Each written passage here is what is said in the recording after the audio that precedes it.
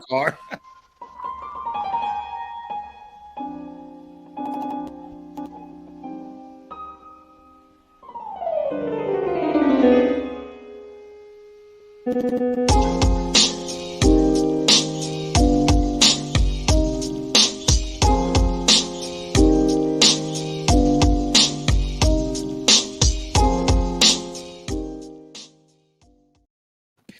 All right, we are live. I'm going to take advantage of the brief pause in the beginning to do a sponsor read, and today's sponsor is all of you.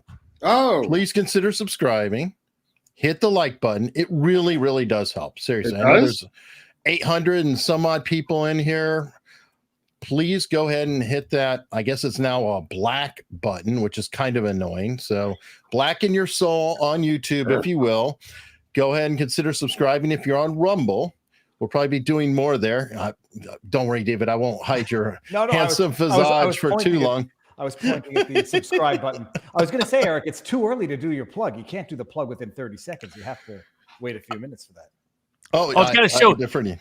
But Viva was doing a sponsor like a filter, and so as you know, we got to help Viva with his sponsorships. Like the way you do that is you say, "Here's this." You start off with your little kid is coming to you, is about to die, and you say, "Daddy, why didn't you get me that filter that could have saved my life?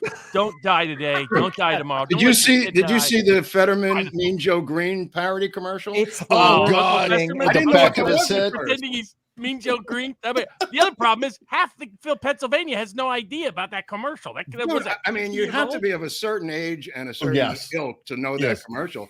I thought he was going to take his hump off and give it to the kid. Now that would have been like the shoulder pads. You know what I mean? He took the hump and he goes, "Here you go, kid. Take this load off my back." The amount of people in the chat, in the reply saying, "Oh, this is Mean Joe." Like everybody who's of a certain age knows it. But Mean Joe Green was a legend, right? Like that was the he was huge. 50 years ago. 50 years ago. A long time ago. No, but I just think like there's a certain arrogance that comes along with comparing yourself to a legend. Like I'm Mean Joe Green from that commercial. That's what a legend I am. Well, the outtakes where he played Babe Ruth didn't really test very well. I mean, some of the other ones were really bad. One point he plays Roosevelt. There was one where he plays Attila the Hun, but they stuck with the one with Mean Joe Green. By the way, hold on. Before we get too far, we were 2 minutes into the show. Oh, you're demon.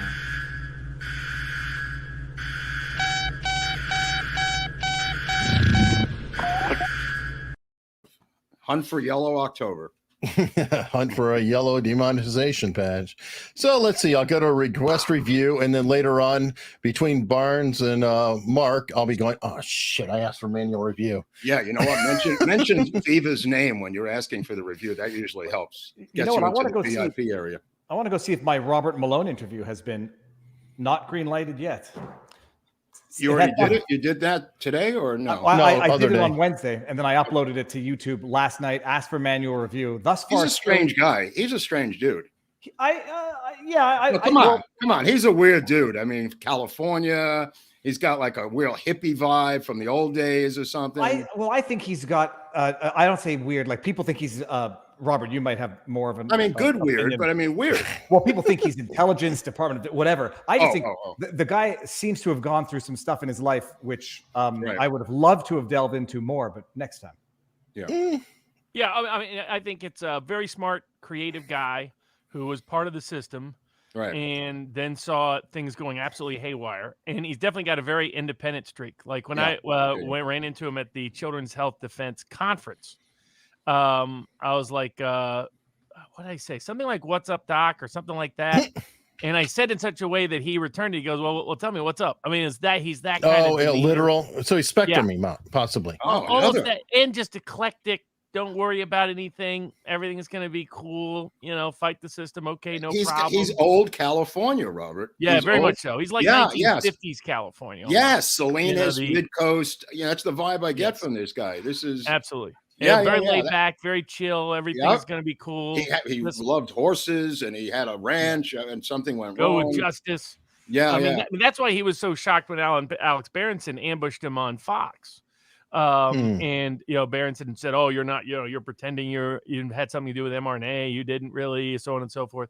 Berenson sends me weekly emails threatening to sue me. It's like, get on with it, you loser spook. Okay, hold on. Berenson 0, Barnes 1, early in the game. Yeah, there you go. Exactly. Malone. Can you imagine if the Astros win the World Series again? I mean, they should have had like a 5-year ban. They caught the guy with an illegal bat. They don't quit the Astros. They cheat. So I do think the Phillies got some sort of tip off colors. Yeah. Because, Whoa. Hey, Erica, what's going on with you? No, okay, here's it. Malone was a little, I say defensive. It seems like he's gotten irritated about the accusations of not being involved in mRNA development and technology. He seems the guy helped invent it. I mean, really did help invent it. No, and I can imagine every interview he's got to deal with that particular question. Half the people don't know that he's answered it. But it's not like he'll go Owen Benjamin on like Allison Morrow, like Owen Benjamin did. How dare you raise that question? Wow. In my new series, Great Interviews in History, I taunt Oppenheimer about not inventing the A-bomb. You'll see that coming out shortly on YouTube. You guys are so hip. Did you see Benjamin go nuts? I mean, I get it. For interviewing him. But I mean, man, that dude is crazy. That guy is still crazy. I don't know, man. I'll tell you this, Robert. I started off. I saw Owen Benjamin go through the full curve. He was a comedian. Then he was going all in on certain theories, and then going deep dive on other theories, but off the deep end on certain theories, which are innocuous theories. It's up to him to do it. But then I saw him sort of creating the situation that he knew would result from his behavior to blame the system. But that interview, I kind of actually liked him a little more after the interview with Allison. He was defensive about that. Yeah, I did too. I don't even know the guy. Yeah, I liked him. Allison did a generous interview with him. Yep, she was good. No, but it was like, I understand his anger. I still think you have to answer for it. And I think that Owen has certainly said some things that he has to be expected to answer to in the future. But I like it. Attack Alex Jones. You think the moon landing didn't happen. You think the earth is flat. You occasionally think the Jews run the world. I'm sorry, but I'm not going to. I get harassed by these Owen Benjamin lovers, and I like Owen. I mean, back in the past, he went nuts. Man, went nuts. Maybe he had a breakdown. He could have had a breakdown. Well, I will give him credit. He did, after lambasting Allison for a while, when she pointed out, and I lost my job because of it, and I did all that. He was kind of like, oh, I sort of attacked a good person. And he did back off, and I could tell that I'll give him credit. Well, if anything, half of what he was saying was true about his career and the representation that he had, and I didn't know anything about that. I didn't really follow it. But, opening at Madison Square Garden, having CAA reps and having all that taken away from you in this town would drive anybody insane.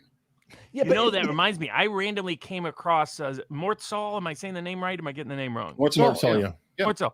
Him doing an old interview from like the 60s about how he got railroaded out of LA and all this stuff I didn't know about. Watch the episode. I mean, we have one. He was a joke writer, Robert, for JFK. Wow. And then the father hired him. I mean, just not to make a long story out of it, but the father hires him or attempts to hire him after the election. And he says, "Sir, I can't work for your son. I am now the loyal opposition." That's where the nickname for Mort Saul as the loyal opposition came from. And Joe Kennedy said, well, my job is now to destroy you, which is what he attempted and began to do with Mort Saul's career. And then Mort Saul joins with Jim Garrison down in New Orleans, gets deputized, and becomes one of the investigators with DA Jim Garrison. Incredible story. Yeah, it's all on the channel. We've got a full episode. Mort Saul. Mort Saul, just the Mort Saul episode. What's the title? I'll get it for you. Hang on. Yeah, no, Mort Saul is the original political stand-up comic, Robert. He had the first political stand-up comedy albums. He was the number one comic in America. Everything starts with Mort Saul and political comedy and satire in the United States. Everything. Mort Saul, the comic versus the CIA. Comic versus the CIA. All right, I'll take a look at it. Check that out. I think that'll explain. There's more to it, but that's as much as I could cram into that one episode. But, Mort Saul simply said to Joe Kennedy, I don't work for you. He wrote the jokes for JFK while he was campaigning. And then that was, on the arm, he did that for free because he respected JFK. But he wasn't going to be his in-house joke writer. That would be insane. Insane. I like the white Kanye for Owen Benjamin, but like it's the thing about Owen Benjamin is that I'm not saying the Jews, I'm just saying a Jewish person, Susan Wojcicki, is in charge of YouTube, and then you go out and say things about the Jews controlling YouTube, knowing that it's going to happen, then it happens, and then you blame it on the Jews, sort of like Kanye, which is why I think the best solution is not to do anything stupid to people when they say stupid things, because it just justifies in their mind what they said. Well, they were laying in wait for him after the Tucker interview anyway. I mean, come on, those outtakes came out in 5 seconds. He is such a threat to their Democratic plantation, as Candace Owens calls it, that they would use anything they could find against this guy. It happened to be the Jews. Look, if Sarah Silverman jumps out of bed and tells me there's an offense against the Jews, she's the last person I'm going to listen to. All right, she's probably throwing. Do you see the internal emails messages he released? That basically people in the Hollywood infrastructure had previously drugged him up and threatened to mentally institutionalize him unless he went along with the script. This has been going on for a number of years. I mean, the fact that they don't mention anything in the news about Bibi Netanyahu coming back to power, but they're Kanye, all day with Kanye, And okay, you know what? Somebody's griping about here we go. Maybe talk to Owen Benjamin. I've reached out. I would love to talk to him. I'd be happy to have him on the show. No, but reached out for a long time. Nobody's saying anything. First of all, you can't always talk to the people, and nobody's talking about Owen Benjamin like high school gossip. I'm talking about Trump, but he's not coming on the show, right? He's about. Yeah, I mean, I want to get. I think Owen Benjamin happy to debate him, but he'll get a real debate, and he can't hide and with his 6'7" body frame from a lot of dumb stuff that he has said over the last years. And I met him like 5 years ago, back when he was a comedian, funny guy, sharp guy, smart guy. Was he a good comedian? I don't even know. He was. Okay, then that's all that matters. I'll support any comedian anywhere, any place. He might even have a claim that Chappelle took some of his material. Well, that wouldn't be unusual. Oh, everybody steals from everybody these days. Look, I stole from David. I've got the same shirt. I wear it around town here. They ask me, who's Viva Frei? I live with it. Mark, how tall are you? 6. Shut up. 5'11" and a half. Oh my God. Okay, so it's something in America. I don't know how. 6'1" with the hair, right? With the hair, 6'1" with the hair, and with my clogs, my Dutch clogs, 6'5". Okay. We used to wear these heeled shoes. Isn't Huntley the tallest one in the room? Huntley's the biggest man in America. 6'4", 6'5", 6'3"? 7'5". No, I'm 6'2". Before Robert Malone, there was Moses Malone, who was a center for the Philadelphia 76ers, so he was bigger than Robert Malone. I think Robert and I are pretty close in height. I thought you and I thought you were a little bit taller than me. That's why I thought 6'3". Does he have some stigma with his eyes, David? Is there something wrong with his eyes? Who? Robert Malone? People were saying he was high. Okay. I just think. Well, okay. You know what? Here's what I was looking at older interviews, and I've noticed it might just be high blood pressure or something along those lines. But no, or other stuff. I don't know. I noticed the difference between older videos and newer videos. But the joke was he had smoked weed. At least that's. I didn't. Oh, there you go. Traditional California. Yeah, I didn't even think about that. Wow. If I don't do it, but that would be entertaining. By the way, they're thinking about, I think the guy's name is Matt Weiner out of San Francisco, the pedophile who dresses in S&M outfits all the time. He's another Weiner? He's another Weiner. He is our Weiner. He's a California Weiner. The coastal Wieners. He's in line to replace Nancy Pelosi as a congressperson, not as, obviously, Speaker of the House, but Weiner, the Weiner people. And this guy's got pedo posters. This is the poster boy. He's the one who came up with the 10-year law, Robert, that your lover could be within 10 years younger in a gay relationship. Weiner is gay. Yeah, no, Weiner is the commander in chief of the Tenderloin, and he's. Let me guess, he's a map. I don't know about map. Hold on a second. What's a Tenderloin? Oh, that's a district in San Francisco in America where you're now living. It's like Castro. Everybody always gets confused. It's called the Castro district. Right. Gays took it over, and I guess in the 50s or 60s. That's why there's I think that was a Simpsons joke. Oh, really? Castro's like, oh, that's great. They have a whole district in San Francisco named after me. And somebody whispers in there, he's like, what? I mean, it's interesting because the Pelosi gay whatever it was. Doesn't that have like an MK Ultra-ish vibe? It definitely has an MK Ultra vibe, but I mean, this guy was part of a group of professional nudists who were in the gay parade every year, marching naked with COCK rings on their things as the only COCK rings on their things. Oh, one more time again? COCK rings on their things in the parade. So Weiner came out and said, I've known this guy for years. He knows David also. Weiner knows him very well, deserves to replace Pelosi simply by knowing the attacker of Pelosi's husband. May I ask a question? I think it'll be fielded to Mark or Robert. Is it like the Harvey Weinstein best kept secret in Hollywood that Nancy Pelosi's husband has a double life?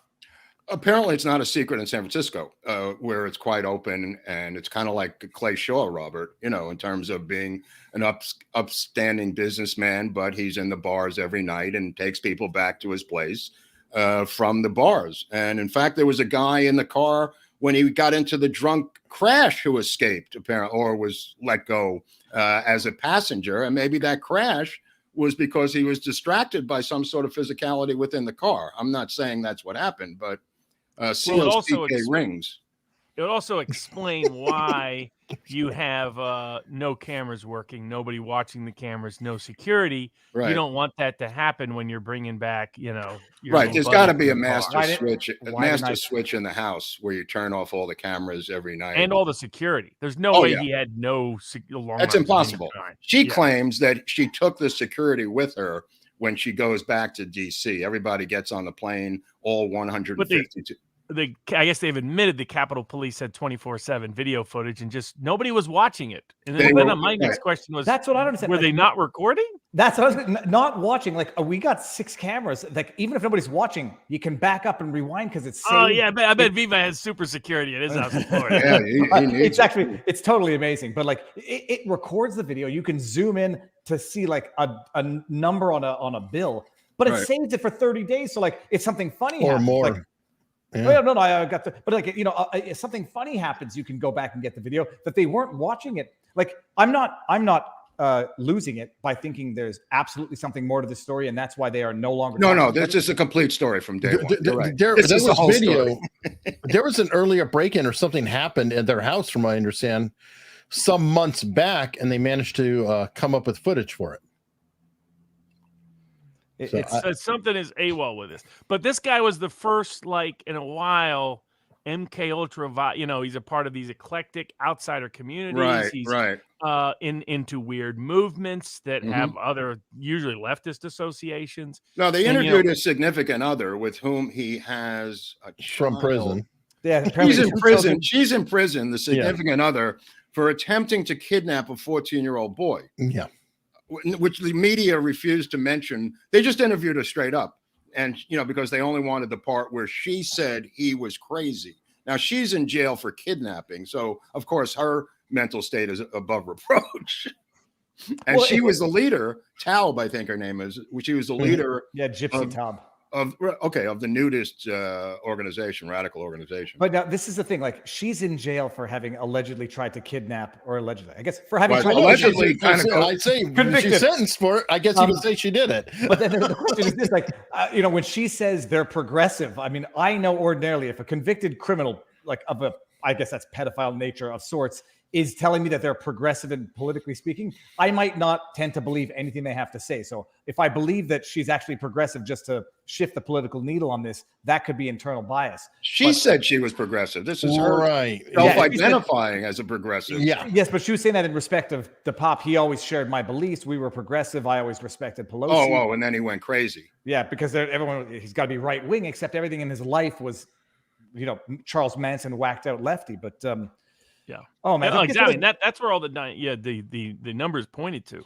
And he fits the pattern in a range of other ways in terms of mental instability. Often, I mean, just everything about this screams some other story is present. And I think he has captured counsel. I'm not sure if he has real independent counsel. My understanding is he supposedly makes a statement, Mirandized statement to the feds.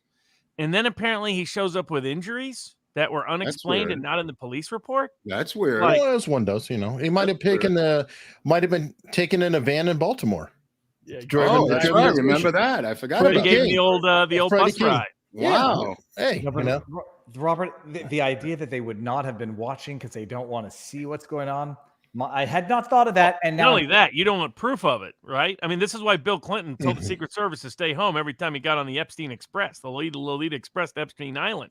Right. He didn't want the Secret Service tagging along. But Monica Lewinsky still saw Mondale's daughter's signatory in the guardhouse of the Secret Service when she went to visit him that night. Mondale's daughter was ahead of him by one, and she ahead of her, and she got really pissed off. And then he told the Secret Service, don't ever let anybody sign that log again, you know, who's coming to see me. Exactly. Love it. Good night, folks. That was great. Good night. Thanks for coming. It's like, stay out of Hollywood, stay out of politics. Right. Keep your schmeckle in your pants. Right. Now, speaking of Hollywood, I have to choose in my election on Tuesday for Congress to represent me between Adam Schiff. There's the only two candidates I have, and Maybe a Girl. Now, Maybe a Girl is a tranny storybook hour drag queen who is running against Adam Schiff and cleaned his clock. Surprisingly, I now have to vote for Maybe a Girl. She knew all of the issues about the Ukraine war. She accused Schiff of being a warmonger. She ripped this guy to shreds, knew every issue as a progressive that in other words, she's like a Max Blumenthal in a dress, if that makes any sense. Is that her name? It's her name, Maybe a Girl. Yeah, her name is Maybe a Girl. It's on the ballot.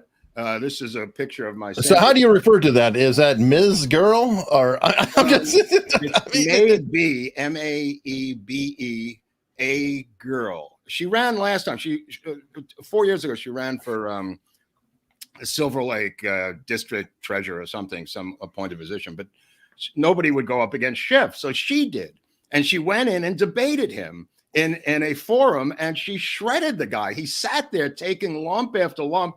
If you could find that video, Google her debate with Adam Schiff. It is great. It's as good as AOC getting heckled by that gang in Queens.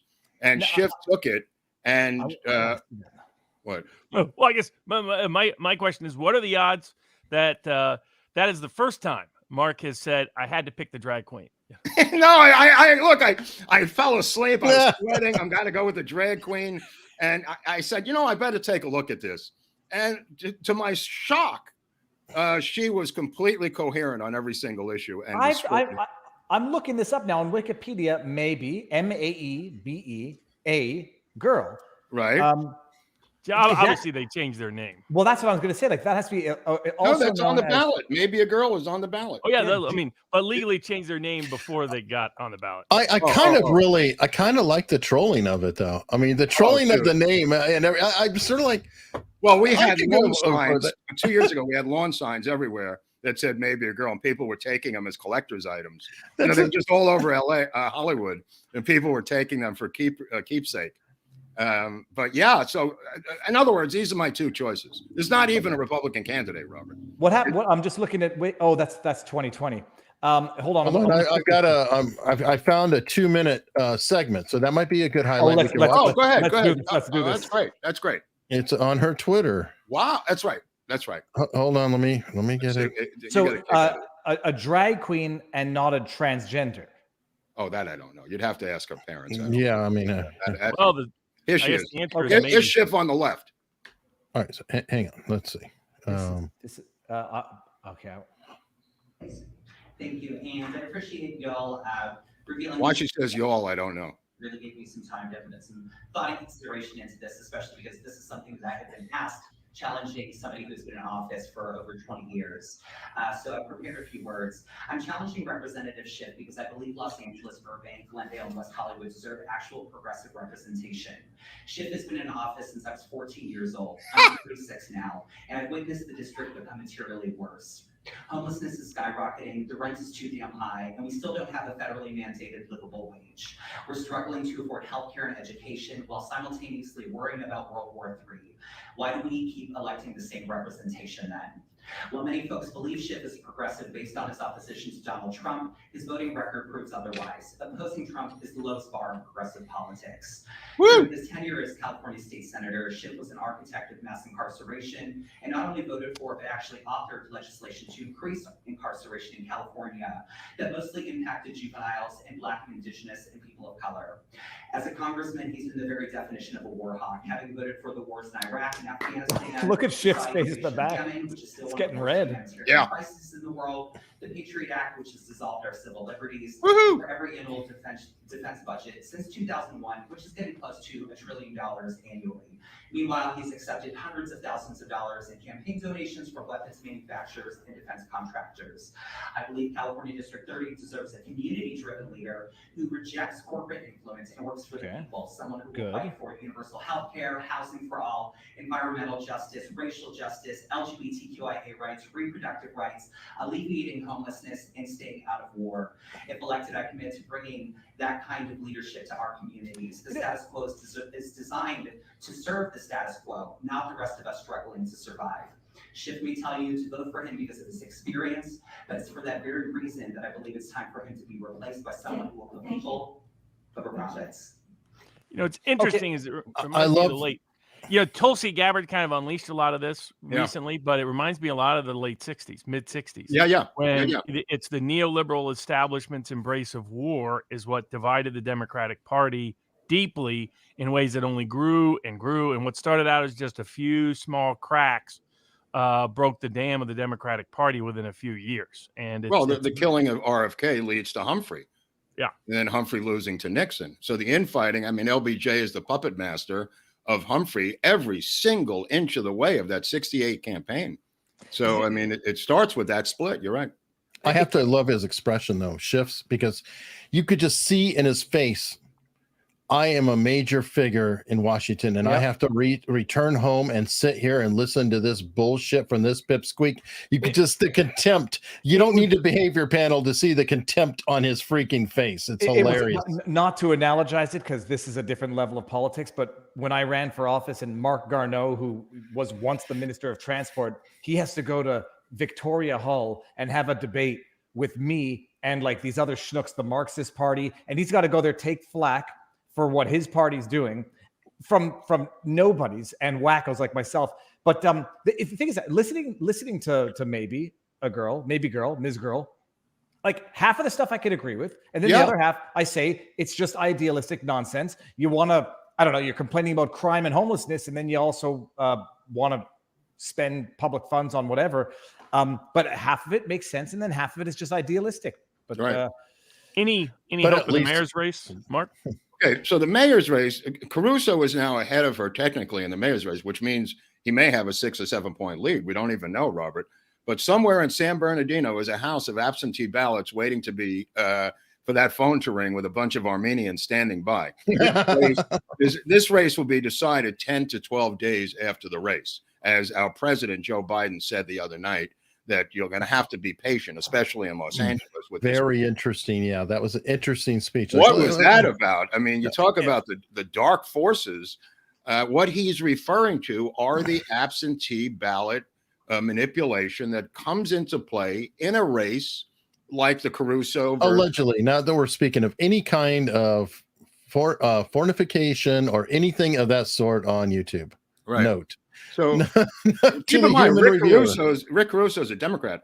The battle has become so harsh here that she's sending out flyer after flyer after flyer. And the most recent one has Rick Caruso in an alleyway drinking a swig out of a half-pint vodka bottle.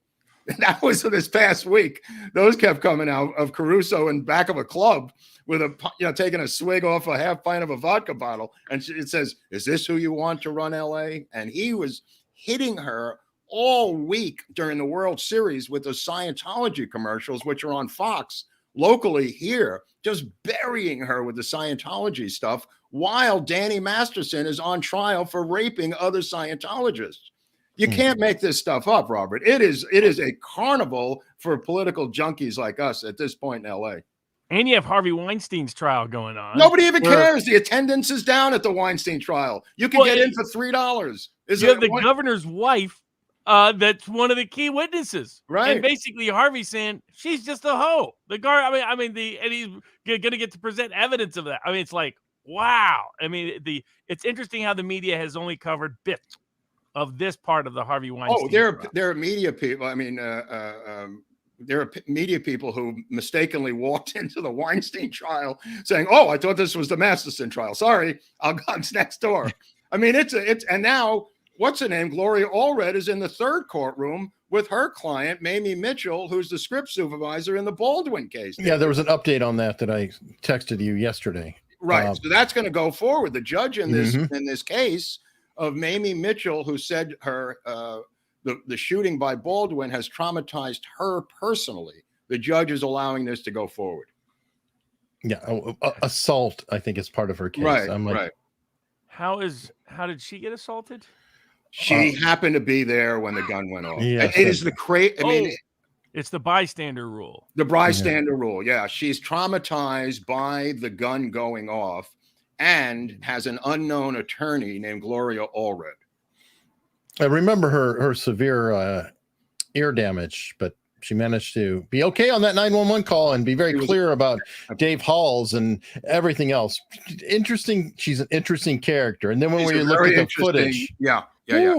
She's a tough bag of wind, and she's going to try to get something out of Baldwin to make this thing go away, Robert. And I guess we have no update on the special counsel, whether they're going to indict Baldwin or not. Okay, so the sheriff's done. Sheriff's department is out. They've turned over their final report, and that's gone to the DA's office. The DA's office, there's a special prosecutor who's running for state senator in New Mexico, and that's Andrea Reeb, who's a MAGA Republican down there at a Clovis. The case will be turned over to her if, after the election, the DA decides to indict somebody. If that makes any sense. All right. That's in year 2. Gentlemen, I got stuck watching TV on a treadmill, and then I saw a race in Orange County between Katie Porter and a guy named Baugh. Congressional race. Yeah. Isn't Katie Porter the one who had the new tapes with the massages in the office or whatever and had to resign? I think so. Okay. We have a situation here where there's 12 people up for judgeships in the Superior Court here in Los Angeles. 12.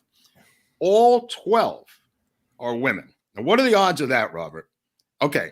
100%, apparently. Right. Okay. So of the 12, 4 implanted were George Soros secret candidates. They've been outed. And by conservative forces, we've been directed and have voted against those particular candidates. It's all public defender versus former prosecutor, defender, prosecutor. But 4 of them, this was Soros's new game to try to get these judgeships when nobody was looking, Robert. How, may I ask, Mark, how do you know? I mean, I'm not to deny it. How do you know? Is it directly Soros? Is it one of the entities? Oh, no, directly Soros. Yeah. Open society funding, open society backing, outed by conservative radio here, talk radio here in Los Angeles. And we've been urged to vote for the oppositional candidate, which we have. By the way, it was Katie Hill, not Porter. So right. I got it wrong. Yeah. Sorry. Yeah, that's what are those races for the judges? What's the participation rate typically? Like it's on the ballots. In other words, it's on the November. Yeah, right. It's on the ballot. It's on the ballot. So you have to do your homework with these judgeships because you don't really know much about them. And that's what Soros must have figured out, Robert, that he could get these communist judges in there. Wow. I mean, plaintiffs' lawyers were the only ones to figure it out many years ago in southern and Midwestern states, and they got a lot of people elected. But and then corporations responded with their own money. But the ordinary person has no means, for the most part, of knowing where a judge stands. Right. At some point, I'm going to create a much more robust judicial review public organization. Long overdue. So people can have some sense of who they are, what they're about, what their history is before they're a judge, what their history has been as a judge. And I mean, a lot of places they get no opposition at all. So they're elected in name only. Right. Like the Austin lunatic judge in the Alex Jones trial, she has no opposition. Right. This is now the city of angels, and I mean angels as in women. All the complete board of supervisors are housewives. All the judges are women. If she wins the mayorship, there'll be the woman at the top. Nobody will touch this idea, for better or for worse, with a 10-foot pole. Nobody will go near this. This is the third rail. It's an entire 10 million person county being run entirely by women. And we're supposed to think it's exactly the same. And one by one in the city council, they're being plucked off to go to jail. I mean, Mark Ridley Thomas is now going to prison. They just keep picking one after another. Now Cedillo and De Leon. There's protests every single day in City Hall. They've had to shut down the City Hall functions every single day because they can't open City Hall because of the protesters. And the protesters are mostly being directed by the Democratic Socialists of America, who want to take over the city council. And that's what this coup d'etat was about, and the releasing of the tapes where they spoke racist terminology on those tapes. How's Maybe a Girl doing in respect of Schiff? Has there been any polling? I don't know. I don't know. They're the only two on the ballot. I assume she's going to lose by a landslide simply because of Schiff's money and name recognition. But just to have Schiff in that, and the D behind his name. And the D behind both their names. They both have a D. They both have a D. I mean, do they do, or does it say I? What does the ballot say? D, both Ds. Oh, right, because you guys California. got the top two. So this is, it says they ran in the district, and the vote was, Schiff got 62% of the vote back in June, and she got 12. Maybe a Girl got 12.8%. Mm-hmm. Oh, I wish. Is there a way to get some sort of viral campaign going so that what happens? What would happen if Schiff lost? A little late in the game now. Yeah. Yeah, I don't know. Maybe she'll get over 20. I just want to say something. That's my tranny. I just want to. I want to trademark that phrase. That's my tranny. My new sitcom. As your lawyer, I would say trademark another phrase. Yeah, someone's going to take it. Well, unless you're a tractor repair shop, if you're saying John Deere, that's my tranny. You probably. I did buy a domain name once, thinking it would make a good name for a dirty website, and then I just let it slide after a while. Great moment.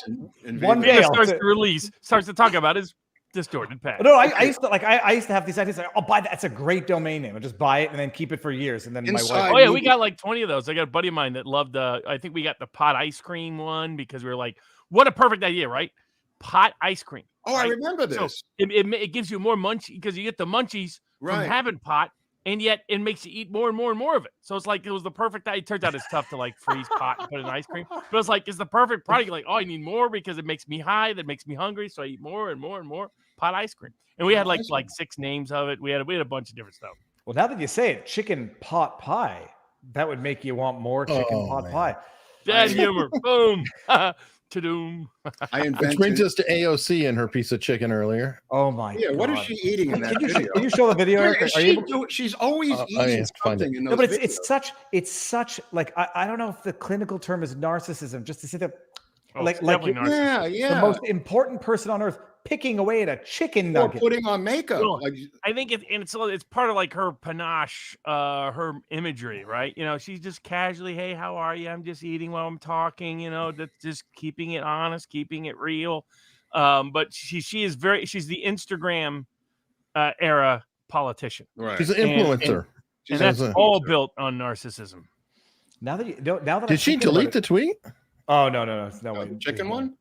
Yeah, I don't see it. I don't know. I'll go find it. But now that I think it, she reminds me, now that I think about it, of Catherine Zeta-Jones from the movie with John Cusack, the music movie. What was it called? I think we're just talking about her wedding. Remember her wedding? Wasn't her wedding the most expensive wedding in history? Empire Records? No. Hold on. I'm going crazy. Relax. Okay. High Fidelity. High Fidelity. That's the other. She reminds me of Catherine Zeta-Jones from High Fidelity. Right. That's High Fidelity. Well, I've got a movie tip. There's a movie tip for you guys to look out for. Let's hear it. Ready? Okay. Ridley Scott has finished a film with Joaquin Phoenix that's getting amazing reviews called Napoleon. And it's the Napoleon. Oh, yeah. I'm telling you some inside stuff.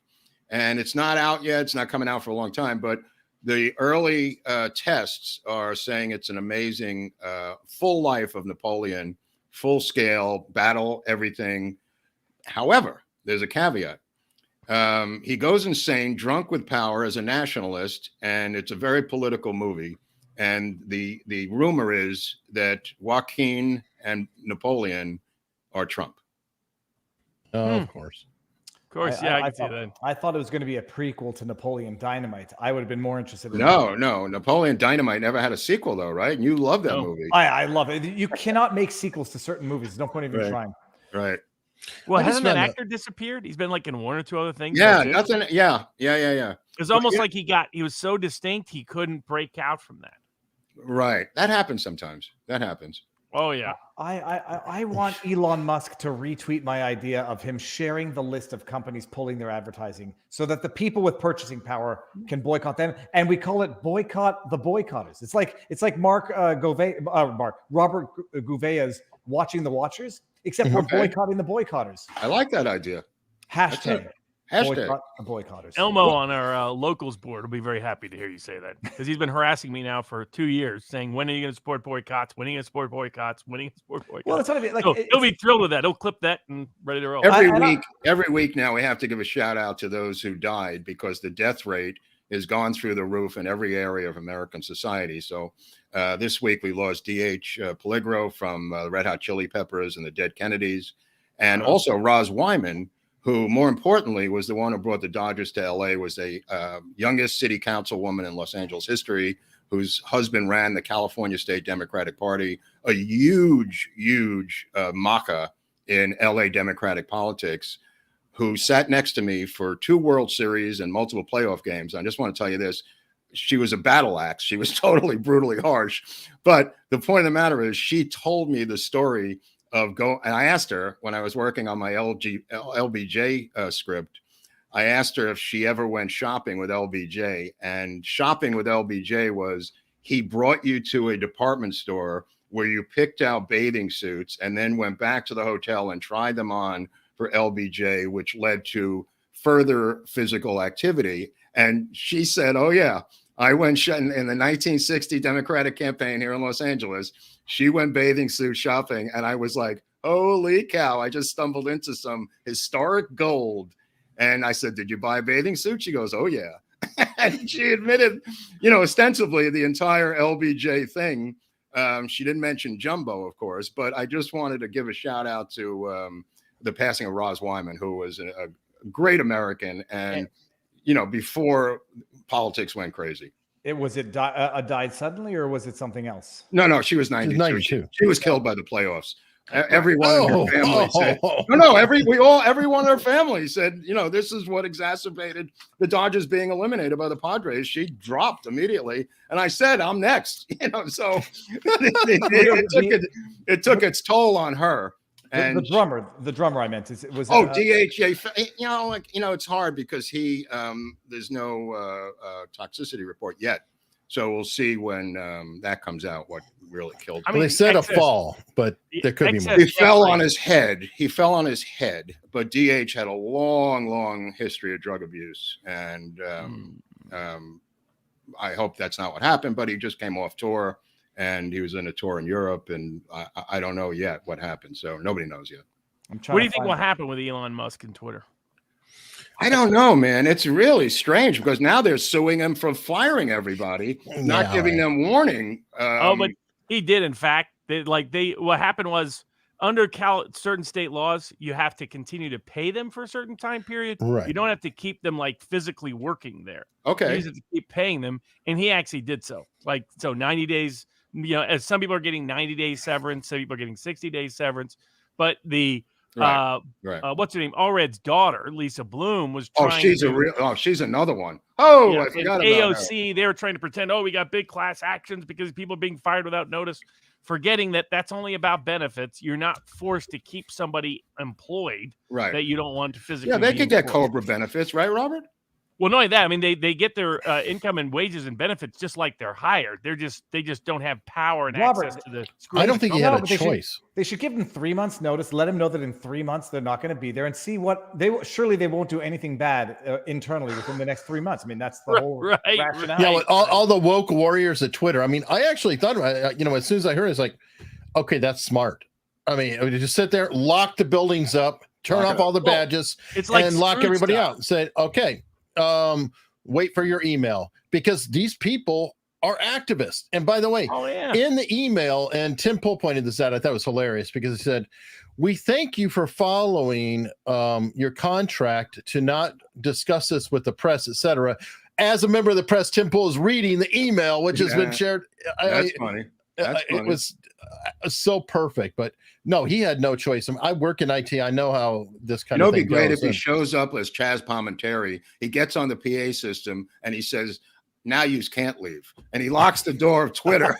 I get that reference. That's you got that. You like that, huh? A Bronx Tale when the bikers go in the bar. Now you can't leave. He comes on with a Chaz Palminteri. But Elon, someone will correct me if I'm wrong, is doing at Twitter what Trump probably should have done with politics and just get rid of all of the people who are not working with you.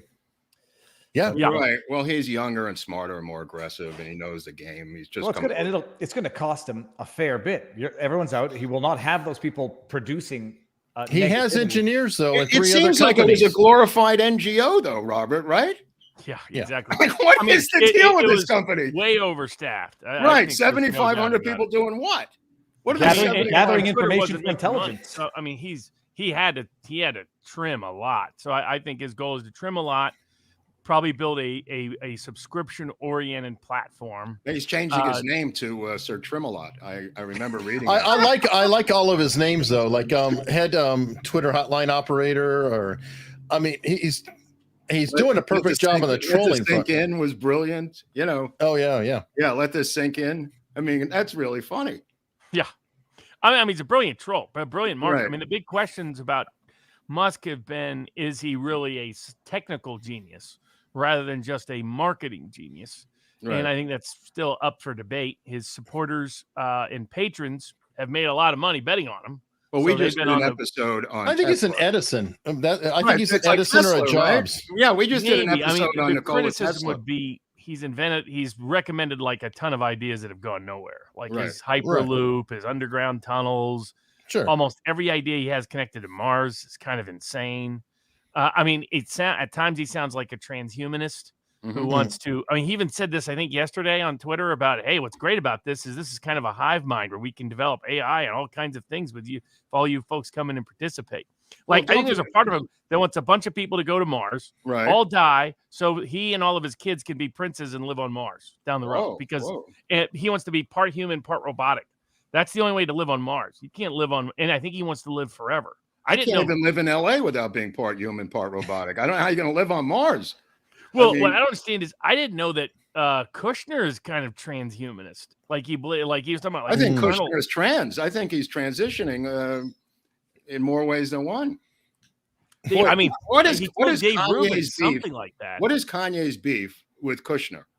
First, I thought it was Tony Kushner from Angels in America, but it turns out to be the son-in-law of Trump. What is his beef with this guy?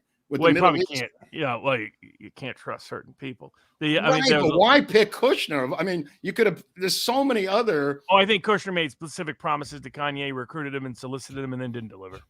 On some business deal. I would. You know what? I would. No, look not just that. On the political stuff, like his whole thing was bringing Kushner thought it would help Trump win a whole bunch of black votes, bring in Kanye, bring in Kim Kardashian, right. reach out to the celebrity world, and then when Kanye got a little controversial. At least Kanye's perception was Kushner backed away, backed out. Yeah. I would also look to Candace Owens because there's a lot. Everything seems to be tied to Candace Owens that's going on with Kanye. I'd like to even buying Parler right now, David. Who's Candace Owens' husband runs. And I don't know the relationship her husband has. Is her husband a Jew, Eric? I don't know. No. I think he's actually, I want to say he might actually be nobility. Oh, really?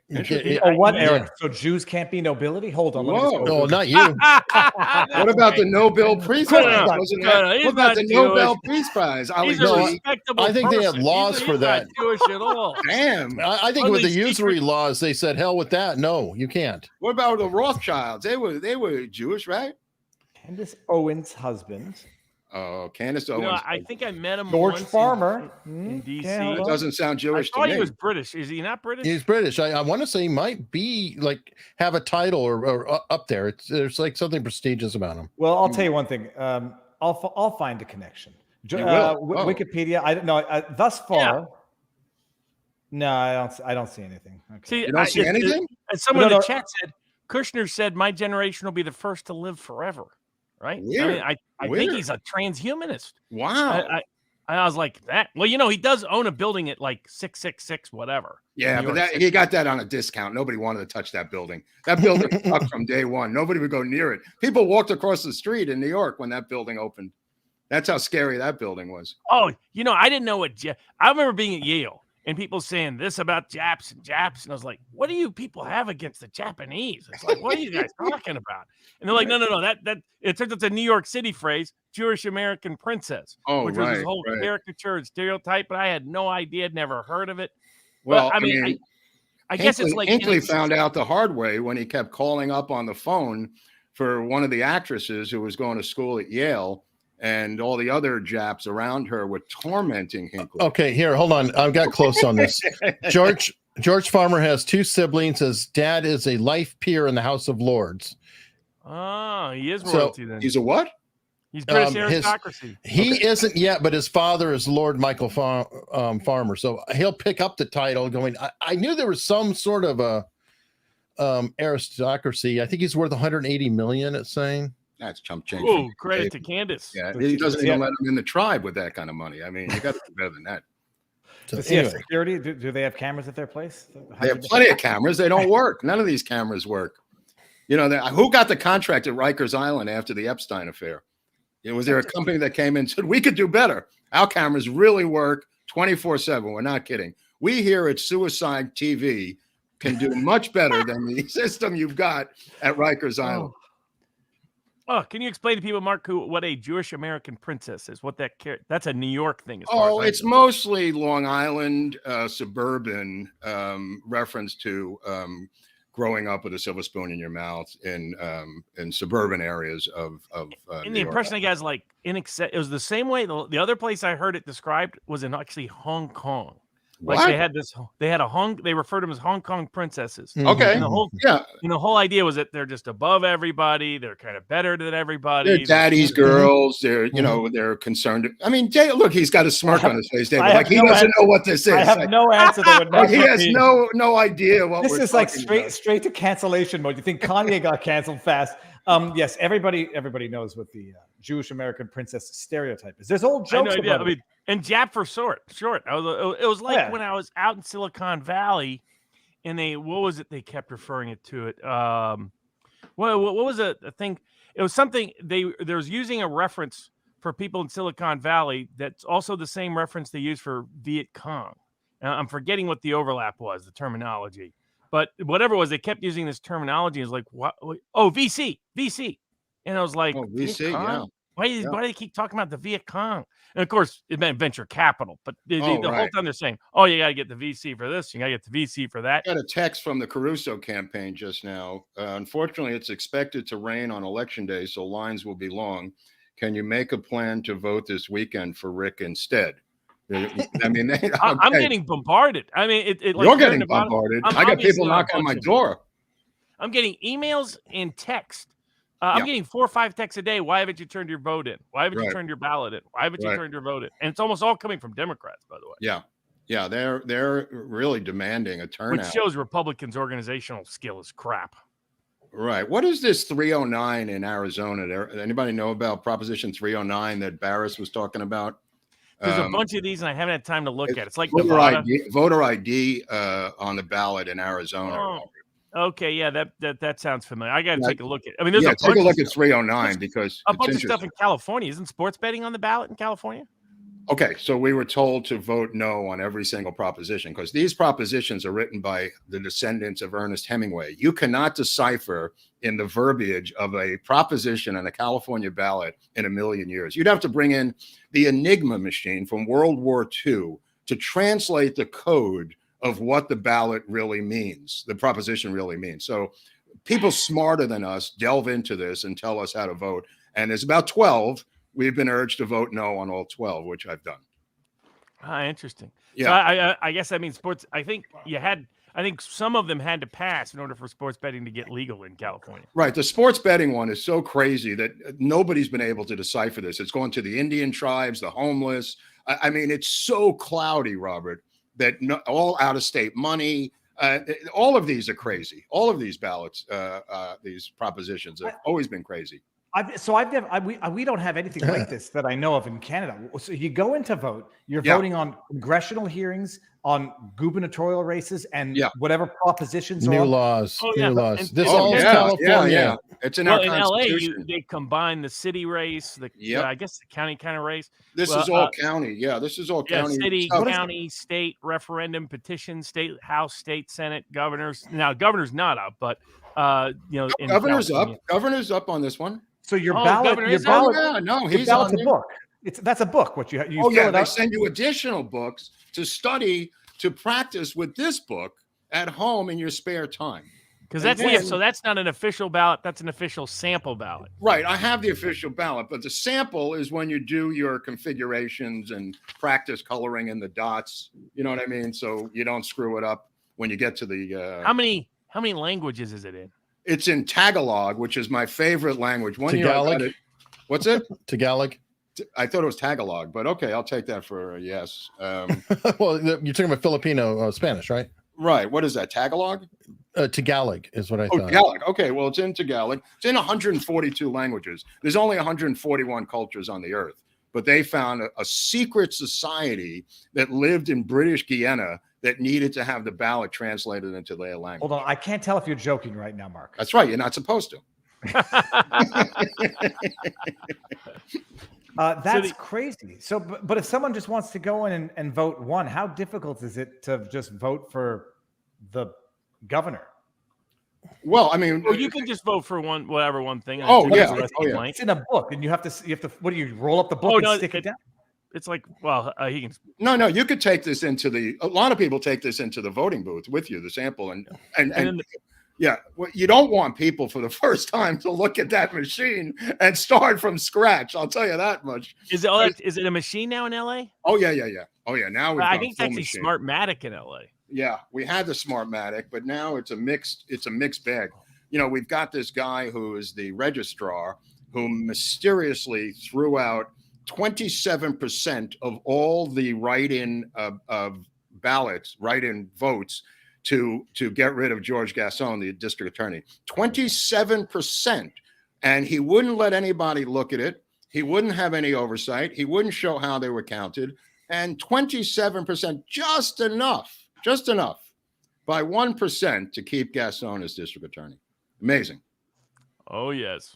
And now, didn't LA sheriffs come out and say that Gascon is sitting on a bunch of cases? Yes. Recently? Yeah. He's accusing him of political malfeasance at this point. Electioneering, I think, would be the term.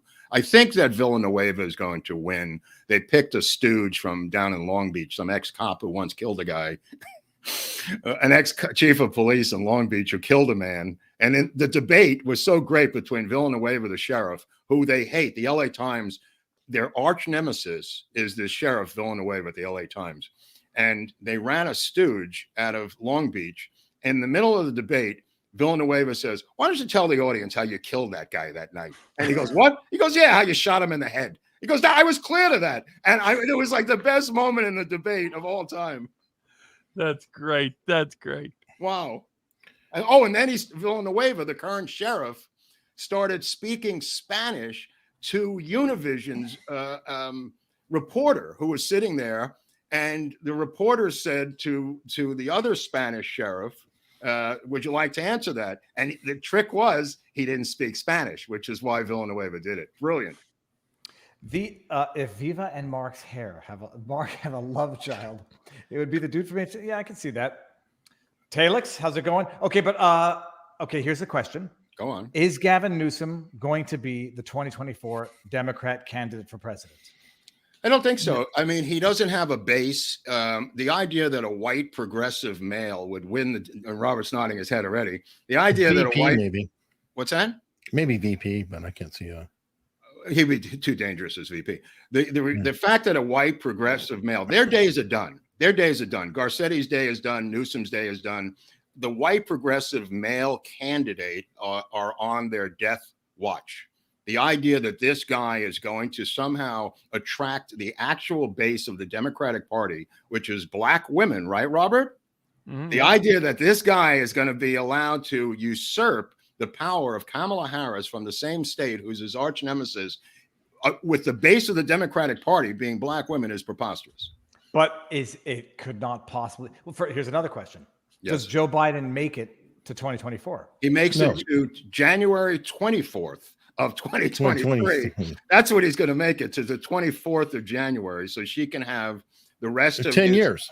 10 years, which is what LBJ did. You have to wait till after January 20th, 21st to legally get rid of the guy and still have 10 years of possible terms, 8 plus the 2 remaining. So I think the 21st, 22nd, 23rd, as Robert points out, they're going to open fire with the Hunter Biden stuff and try to force his decrepit ass out of that White House. Now, if it would be hilarious, Mark, is if he said, okay, January 1st resigned.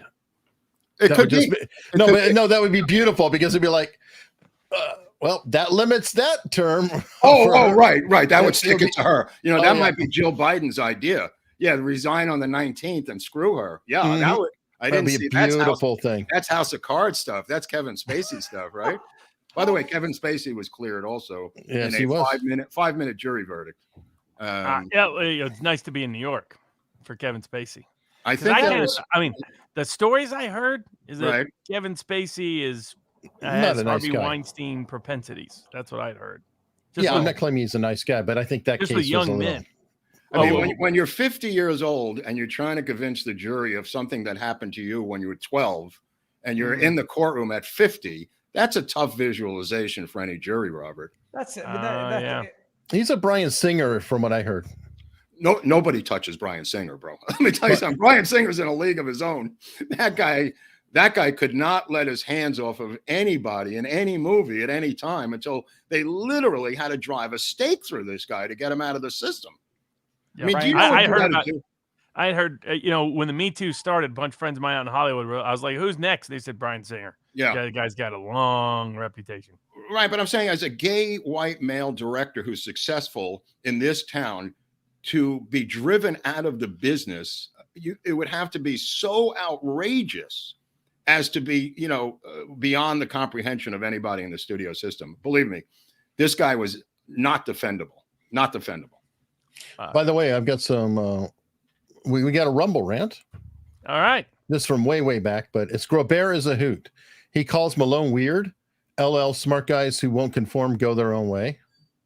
I don't know what that means. I mean, weird can cut both ways, though. I mean, weird. I don't say that weird is bad or good. No, and you did say he's a good weird, but anyway, it doesn't matter what I say. People, these autistic people who follow you, Hunley, seem to latch on to. They follow you, Mark. Well, now they're following me because of you. I can't get rid of these nuts. Yeah, well, no, they like you. They like you more. I lead them. Yeah, you led them to my door. I'm getting that's mail. Right. That's They're right. Coming to my house now, and some of them came from Viva. I got to get Viva Securities Forces now. I got to get the JDL or Curtis Slewa to come out now. Maybe. This is actually a good subject too. We can do with super chats. Did you see that Boozy hired Amber Heard's legal team, or they picked up his case? Yeah, I haven't. You mean Ballard Spahr? Yes. Ballard Spahr, big firm, big corporate firm, mid-tier in the sense of the real top corporate firms, but nationwide reputation. Dealt with them many times before. Dragon's Treasure makes great tea. Yes, we have a link. America's Untold Stories, or AUS. Is this a new sponsor or something? Or link in the description. No, he's always been. Oh, I didn't know that. Robert, is Trump going to be indicted after he announces on, or what? So he's going to announce, but my guess not file. So for people looking at betting options, he's not likely to file within 2023. He's likely to publicly announce his intention to file. And that probably won't happen until 2024. But most of the betting markets are based on when he actually formally files for candidacy, not when he. But I think he's thinking about doing that earlier rather than later to get ahead of the curve of potential indictment risk. Right. Because it's a little trickier to indict an official candidate for the president. It won't stop him from doing it. They did Eugene v. Debs. No. Let me ask you, what Eugene v. Debs should have an award that should be given to Trump before this thing even happens. I wanted to say their free will are the best. Okay, thanks, Wes. Okay. Yeah, it's got a crow over there. Great movie. That's the Alfred Hitchcock film. Yeah. Ari wants to meet up with you, Barnes, in Vegas. Yeah. She lives in Vegas. Yeah, she's doing I think a podcast. She was recently part of a content creator community with Chrissy Meyer. I think she's busy. I think she's a member of the tribe, David. Ari Jacob? No, Mexican tribe. I don't know. Oh, that's the right. Jewish Mexican From her contingent. father's side, Mexican American, I believe. Yeah. What is it? Mexican and Jewish, or I don't know, but I think she was born in Mexico City and then moved to LA. But she is an immigrant from Mexico. Go back and see that. But that doesn't preclude. As far as Boozy hiring Amber Heard's team, they might just respond, and then if it goes to litigation, bail. No, they're representing him in the litigation because Ron Coleman filed suit for Nate. Yes, they haven't. Ballard Spahr is making an appearance on behalf of. Yes, he's their hire. That means because I understood that they hadn't even gotten successful service yet, so there wouldn't. No, they're going to take service. Apparently, in the letter they released today, they said they're going to take service for him. Let's just say that I have a feeling they're covering their bases. I won't go any further on that. So this is Boozy, the bot sentinel guy, libeled Nate the lawyer. Yeah. Yes. What was the libel? I haven't followed this at all. I haven't followed this. The slander was he accused Nate of planting evidence on people and talking about it. What? Yeah, there's a clip where Nate says, talking about corruption with cops pulling people over and like planting evidence, and Nate says, I was doing that shit when I was a cop, as in like it was not ambiguous. It's understood as to what he meant for any reasonable person. Boozy takes that clip, then says, YouTube lawyer admits to planting evidence on people he arrested. Wait. Did he do it, or he was being sarcastic? No, he wasn't being sarcastic. He was saying, I used to be a cop. I know how things work. I know how that happens. Right. And this is when he was with Emily B. Baker, prosecutor. And he was with Emily in an interview, and one of Nate's old enemies from the atheist community had cut the tape up or cut it up from the atheist community. Nate's an old atheist community guy. Nate goes way back on YouTube. What is the atheist? They have an organized thing? You haven't been on, or you haven't seen YouTube long enough, I guess. But there were different waves on YouTube. So and Nate for a was while, in the atheist community? What's the atheist community? That's Sargon of Akkad came out of it. Wait, that guy's following me now. Christopher Hitchens. Are you worried about him or what? No, Sargon follows you. Sargon of Akkad is all time great. No, who's the music guy? Is that which one's the music one? Hey, well, I don't know. It's August. Oh, 5 times August. No. There's another one from Mexico who's recording. He was on your show. He does. You're talking about. Oh, yeah. No, he's fine. He's a good guy. Starts with an Akira the Don. Yeah, that's the guy, right? He's from. Yeah. He's awesome. I've had him on multiple times. What do you think of Tim Pool getting his song like in the top 10 on iTunes? See that? Which one? Okay.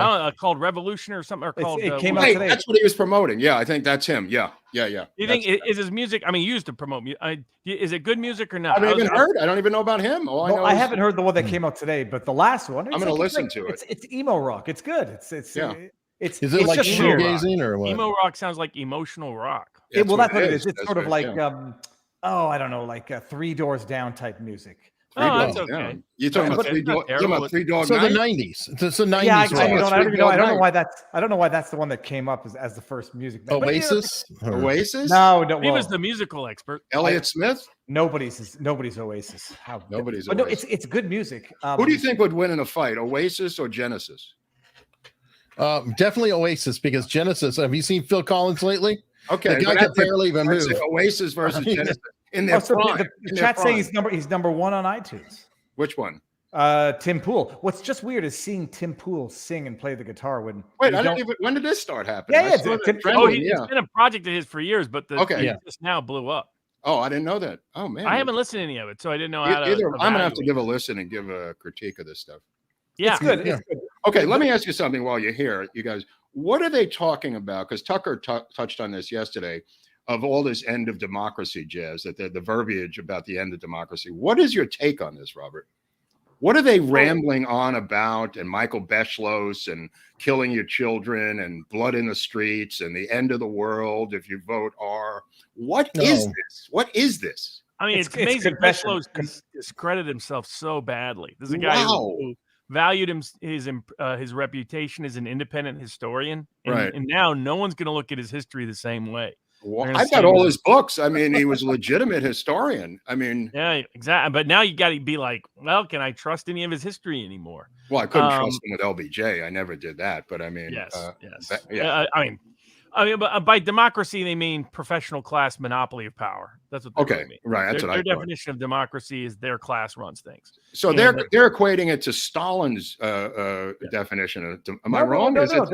If it'll be the end of democracy, you're going to have government going after ideological adversaries, jailing people. Everything that they're doing, it's confession through projection. They just mean they won't have power anymore. The professional class won't have a monopoly on power. Right, but what Tucker was saying is Stalin used the same verbiage. And to define democracy in a very limited, constricted sense. Yes, and he got 81 million votes, Stalin, to 550,000 for his opponent in the 1922 election, and nobody even remembers who the opponent was. So, and he said, there was a quote from Stalin, this was the most legitimate election of any democracy in history. It was almost verbatim. Until landslide Lyndon. Until landslide Lyndon won by 81 votes with the ballot box out of Alice, Texas, put together by the Duke down there, which we're going to get on to Tuesday. We're going to get into crazy American elections of all types, Robert. Weird American elections through history, not presidential. We're going to go into gubernatorial ones, Hatfields and McCoys in Kentucky, why there's no drinking in 2013 in Kentucky. They finally allowed alcohol. He's smiling. You know this, Robert. Well, do you know, I think it's still only 2 law enforcement officers or mayors who won election while under federal indictment. I do not know those names. So one is Boston boss Jimmy Curley. Oh, right. Okay. Who was often a foe of the Kennedy family, Rose Kennedy's father. That's right. Because he came from the Irish working class roots more than the Irish middle class roots. That's right. The other was from my hometown, also Kennedy connection, because Robert Kennedy's people were mad at him for their perception of interfering with the Jimmy Hoffa investigation. Right. Was my fire and police commissioner in Chattanooga, Tennessee, Boogie Turner, who won re-election while they indicted him right in the middle of the runoff. He was the only guy I've ever heard of, except for Smedley Butler, who was both the fire commissioner and police commissioner. Yeah, in Chattanooga, you got both, and you were a city council member. Oh, I didn't know. It's a bonus. They throw that in also. Yeah, you had all of it. Hey, you know what? That's saving money there. So one person? One person, yep. Well, the legend was that when Boogie Turner got elected as sheriff in 1960 in Hampton County, that he managed to build a political machine that controlled all fire and police through the city and the county. His proteges were connected, built an urban political machine that counteracted the elite crowd in town, the Lookout Mountain City crowd, as they were known. Right. But the rumor was in 1960 he got endorsed by both the NAACP and the KKK. Right. So that was his reputation of being able to bridge unperceived, unbridgeable gaps. They went after him.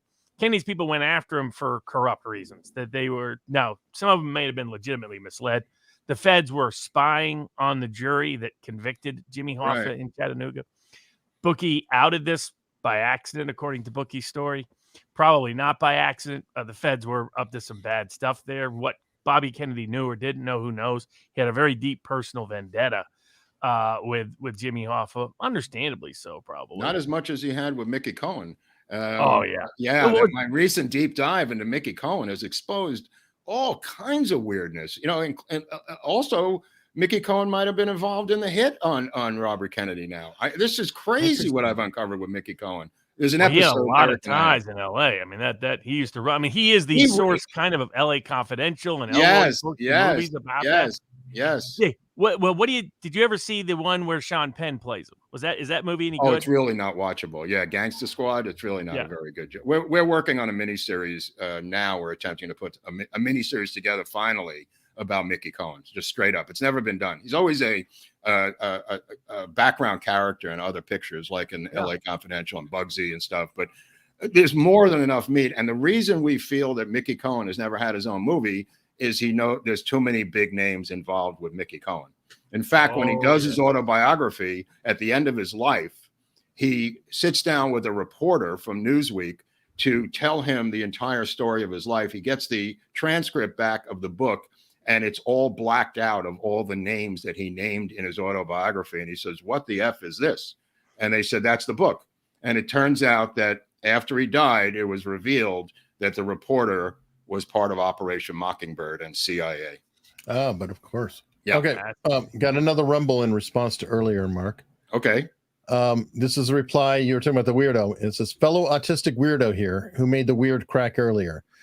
Groubert, love you a long time, big guy. It's all in good fun.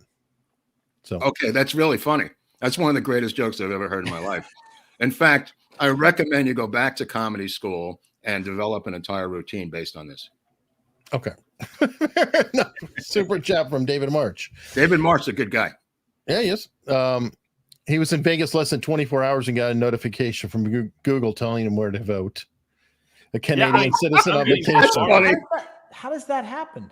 Because Google they're doing it across the board. Yeah, especially in Wisconsin, Robert, huh? Yeah. Mm-hmm. Well, I mean, I get it all the time in states that have really close contested races. Yeah. And I'm presuming they think they're getting Democrats, but Facebook's doing it, Instagram's doing it, Google's doing it, YouTube's doing it. Twitter's not doing it. Do you not think that they can't separate the wheat from the chaff of Democrats and Republicans and target Democrats? I mean, I'm getting it, so I'm assuming that it's not perfectly done. You're getting it because they're taunting you. That's why you're getting it. You're not the target.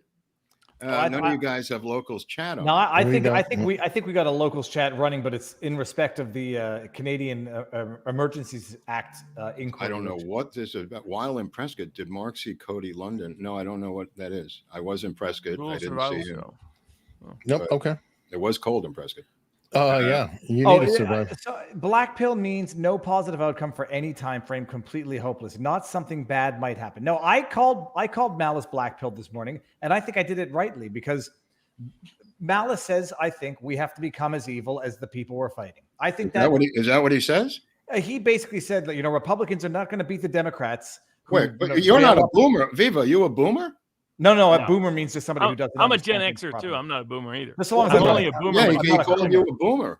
Well, I'm an honorary boomer when it. No, but a boomer means I'm not using terms properly, or I'm not up with the technology. Yeah, that's it came out of New Zealand. But I'm going to reach out to Malice because it was not the time to argue that aspect of politics. I've got the ultimate rebuttal to Michael Malice as to why his perspective is fundamentally wrong. And wait, what perspective on what though? What do you? So we're talking, politics and on Dave Rubin. On Dave Rubin. Oh yeah, he was on a panel with Rubin today. And I didn't know anything about this. Okay, it's the Friday panel and talking about stuff. Okay. What is that, like an internal thing or no? No, it's on Rumble on YouTube on locals. Okay, all right. And he says, Republicans have to become as nasty and vindictive, vengeful as Democrats. I could get on board with that. I don't think that's so crazy. Well, but I say, and I still genuinely now you can't leave. That's why I'm saying Chaz Palminteri. Now you can't leave. Yeah, okay, but I still don't. You don't win the war by becoming the enemy. That's the. But you got to fight the Nazis toe to toe. You can't just have a peace march in the middle of Berlin. This is true, but fighting the Nazis does not mean carrying out your own. I'm not saying you have to be as bad as the Nazis, but you got to do something. You got to do something, but I say it has to remain within the framework of what is dignified to your own dignity, lest you become as bad as your enemy. Oh, God forbid we should become as bad as them. It's better to lose and be polite. It's not. I think what's going on with Steve Bannon is an absolute outrage. I would never want to be guilty of that in my life. I'm not going to. You do that to Bannon, I'm going to do that to Whitmer or. Well, they're not going to stop unless you start throwing some of their fat asses in jail. When do you think they're just going to give up, David? No, I think you have to make it so publicly unpopular that for the love of God, they don't give a shit about that. Unpopular. That's true. Come on. Yeah. But I shouldn't compare Bannon to Whitmer and Cuomo because they are actual murderers or alleged COVID granny killers. And Steve Bannon, I don't really. Okay, what's the deal with Whitmer and the race up there, Robert, in Michigan? What's the situation up there? So, I mean, Tudor Dixon is surging, so we'll see. My general takeaway is I still have the House, 245 or more Republicans in the House. Okay. 53 or more Republicans in the Senate, at least 52. Right. 31 or more Republican governors. Good shot at 32. The key contested ones at this point are, according to the New York Times, all the Senate seats are going to go to the Democrats. The close governors are going to go to the Democrats. They're going to be badly wrong once again. Is that that's their take even right now? Yeah, it's still their take. They did a lace round of polls that had Democrats ahead in all of them. Who does the Times polling, by the way? The Times? Siena University under the management of Nate Cohn. So and their polling has just been atrocious. Nate Cohn doesn't know what he's doing. Yeah, Nate the way Cohn, not Nate Silver. Who's worse, Nate Cohn or Nate Silver? Yeah, and Nate Cohn used to work with Nate Silver at 538. All these guys are like little nerd baseball data guys that think they're super smart.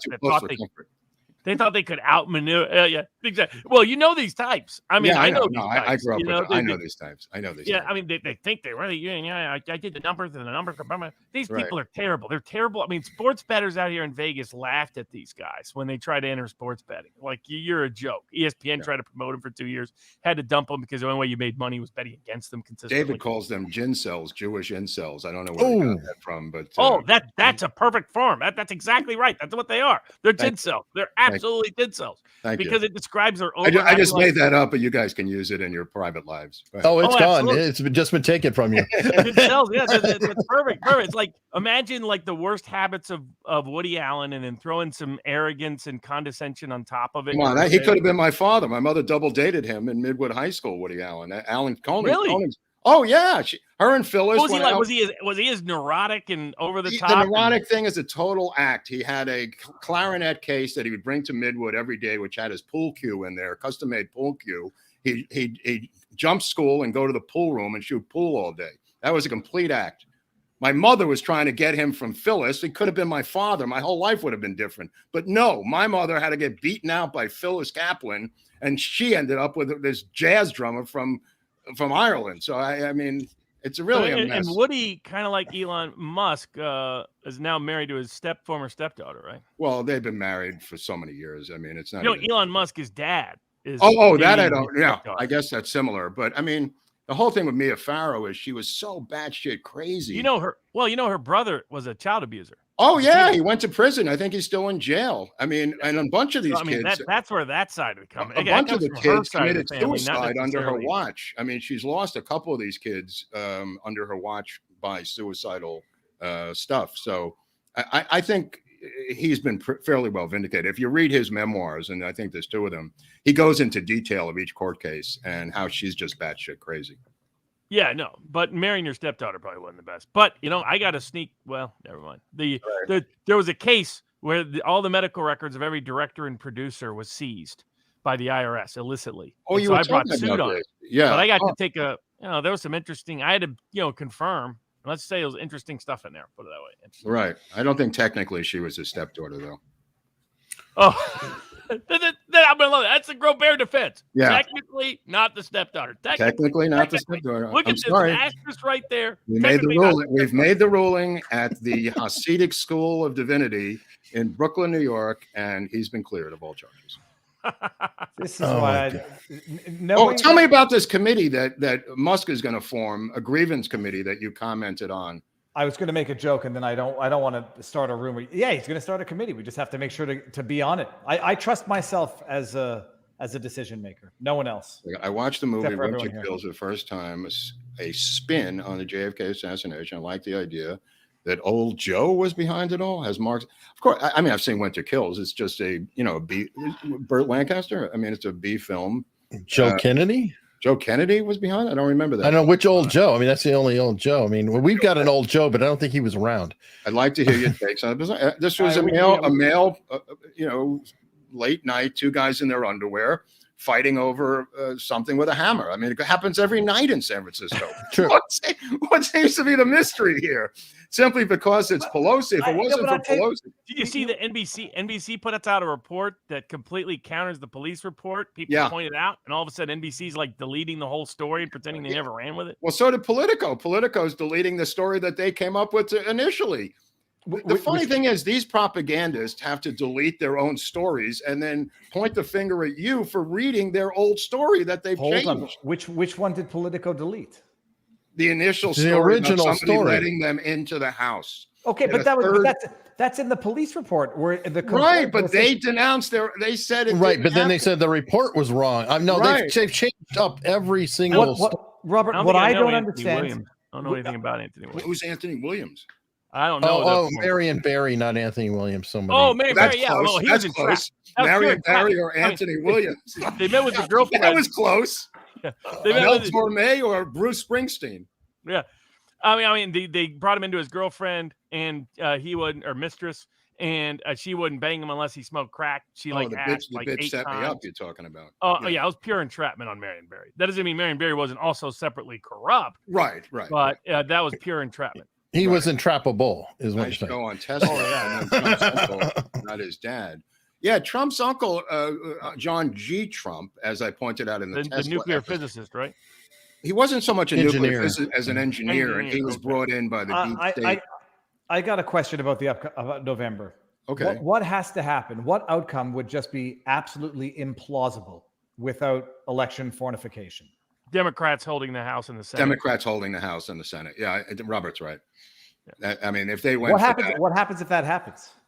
Yeah, that's there's going to be people aren't going to believe it, and there's going to be okay. You can only steal so much, right? And I mean, I don't think that's at a high risk of happening, but the outrage will be over. Well, you talk about the margin of fraud, Robert. You know, in terms of leads and some of them being outside the margin of fraud, like too big to steal, right? Yeah. Babylon Bee had a good parody about it. MSNBC concerned that Republicans are now outside their Democratic margin of cheating. It's good. So it's a classic, Babylon Bee. But I think that's it can it happen? Yes. Has it historically? No. It's like even when landslide Lyndon won, et cetera. If he had done that the very next election, it would have been a different dynamic. You can only get away with it so many times. Right. Well, here's my proposal, and you guys tell me if you like this idea. You ready? Urban areas in the states that have notoriously Broward County, New Orleans, Chicago, all the counties where they wait you out until the rest of the state reports, by law, now have to report first. Oh, yeah. In fact, just institute the Florida rules. The Florida rules is as soon as you get the ballots in, you have to report them. And then by the close of the polls, you have every single county, every single precinct has to report the total number of ballots they have.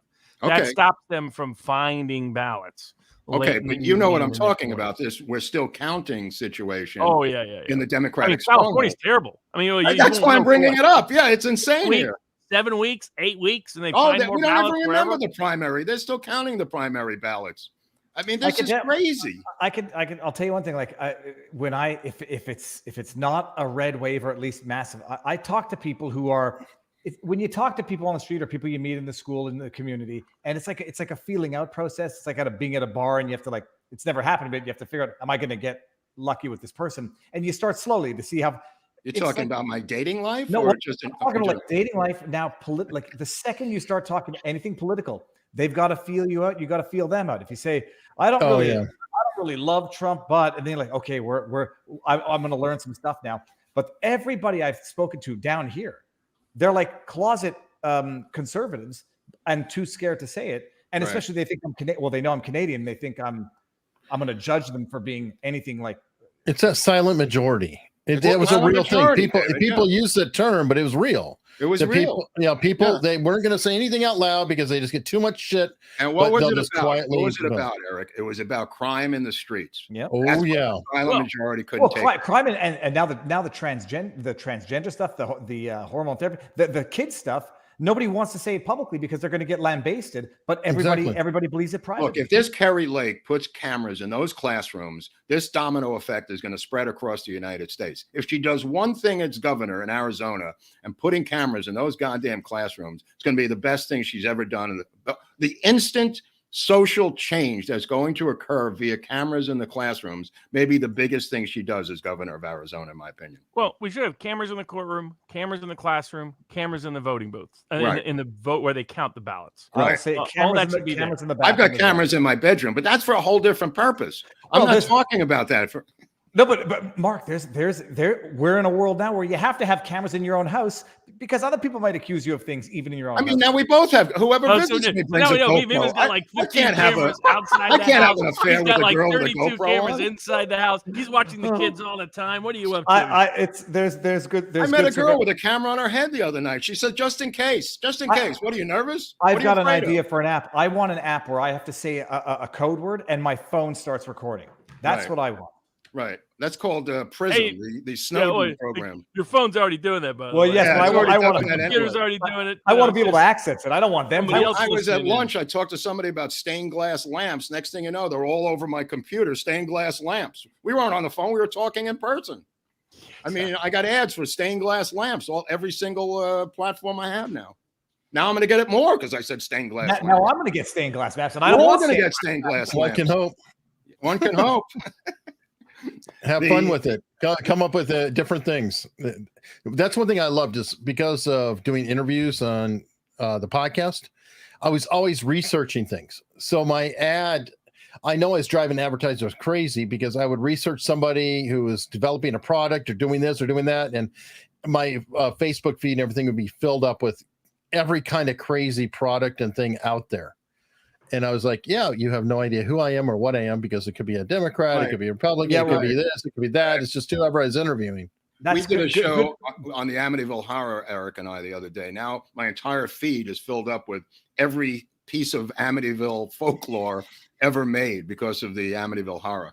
Eric, you that defense? I was only researching it for a stream. Good luck. If I know that's your defense, David. I know. Well, that's my defense. It worked for Pete Townsend of the Who. What happened to him? He was researching pedophilia and was caught, and he said he was researching it, and he was eventually let go because he was doing research. Well, I don't. That wouldn't come up even in my Google feed. But when I do the live stuff and I'm not necessarily an incognito, right? People could see some interesting things in my search engine. But I know every time you come on the show, you learn a new term and you look it up. Yeah. What was that? Copperphasia. I haven't forgotten that one yet because you're haunted by that, aren't you? Copperphasia. Eddie Murphy and Brad Pitt. Mark, thank you very much. Okay. Today's Yiddish word is kugel, by the way, David. Kugel. Kugel, I know. That's disgusting. Nobody likes kugel. I love kugel. What are you talking about? That's ridiculous. I don't love kugel? You don't. You only love what you think it reminds you of from childhood. Oh, that's outrageous. How dare you? How dare you? I didn't know what a dirty Sanchez was until the New York Post put it on their front page about Mark Sanchez after he had a bad game for the Jets. And I was like, why are they calling it Dirty Sanchez? Right. So then Google Dirty Sanchez. Like, oh, that's what that means. Robert, you learn a lot through do know what the 2 girls 1 cup is, right? Oh. No. Or I'll tell you what, the other one that I learned from the Family Guy, Cleveland Steamer. Never heard of it until the Family Guy. Your entire history of the world is from the Family Guy and Beavis and Butthead, right? No. It's Family Guy and Simpsons. I've learned but nothing from Beavis and Butthead? Nah, Beavis was a little bit before my time, and we never had. He's a little bit younger than that. And we never had what was it, like pay cable television? So I don't know if you saw the Beavis and Butthead white privilege one. That was great. Recently done. That was genius. Because they're like, oh, we have white privilege. This is great. Yeah. So they, we get to cut in line now. We have white privilege. You don't understand. Then they just do one thing after the other. Well, what about South Park? You must have watched South Park. I was never into South Park, and no. Cartman becomes a Jew in one. Remember, Cartman becomes Jewish. He converts.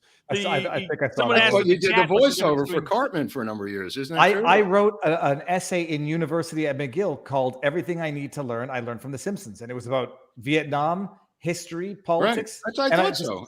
It's obvious by your vernacular.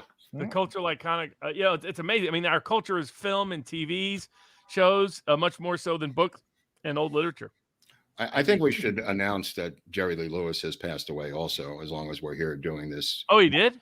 Yeah, that's why I'd like to bring that up, because it's a third person of notoriety who passed away this week. Jerry Lee Lewis, the killer, who I believe single-handedly, with the help of other rockers, defeated the Soviet Union and communism by bringing that rock and roll, which the Soviets had no answer for. I think that was helpful culturally, which I described with Eric in an episode that we talked about, that rock and roll was, and culture, pop culture in general, in the 50s and 60s, Jerry Lee being part of that. Did you just see? They just figured out at a museum that modern art piece was turned upside down. Yeah. They just figured it's one of the famous ones. And it's like, oh, you know what? This is turned upside down. Hey, how about the museums? They now decided to check people's backpacks because they're gluing themselves to the Mona Lisa. They finally came up with a radical decision in Europe to check their backpacks. How bold is this? I mean, what an idiotic way of protest. I'm going to protest Van Gogh. That's how I'm going to protest. I'm going to protest Van Gogh. Why Van Gogh? The dude's dead. You know what? They should do it the old school way. Go to the Pentagon and set yourself on fire. That's the old school way. Do it like how levitate it. Remember? Like Abby did, levitate the Pentagon. He's going to levitate the Pentagon. They actually took that seriously. There are people. Bob McNamara saw a Buddhist monk set himself on fire outside his window, and he said in his memoir it had one of the most profound impressions on him towards the ending of the war. And he wasn't a monk, but he was a Buddhist, and he set himself on fire, and he was killed by himself with gasoline. Oh, that was horrible. It was horrible, and he watched that on film. Yeah, that's right. That's right. But did the individual? Is this the one where it was on the Rage Against the Machine cover? Isn't that ironic? Rage Against the Machine is now Rage for the Machine. You can't even go to their shows unless you take the vaccine. Is that true? Oh yeah. They're totally. Oh, Morello's nuts. Morello is obviously mixed up Marxist, and it's sad. But when he saw what was traumatizing about watching the guy emulate, what's it called? Self-immolation. Was it because he was screaming and crying, or because he was actually? No, he couldn't even hear him. As a matter of fact, because he was on like the third floor. You don't have to. I'm telling you, he watched on a brick wall. Just the footage is horrible. Well, I'm going to set himself on fire. Yeah, as a Vietnam protester, and it's one of the most horrible things you'll ever see. I know. I've seen everything there is that's horrible on the internet. Let's see. These anti-fossil fuel people, I think, went into BMW or a car dealership and glued themselves to the car dealership somehow, and the employees just turned off the lights, gave them a bucket, and went home. I love it. That was the most brilliant move by. They said, "Here's a bucket for you to shit in." They turned out the lights and they started screaming, "Help us! Help us!" And they glued themselves to some of the vehicles, I think, in the car dealership. Always reminds me of George Corley Wallace. Remember Wallace in '68? You know, if anybody lays down in front of my car after they right. Yeah. The last car you lay down in front of.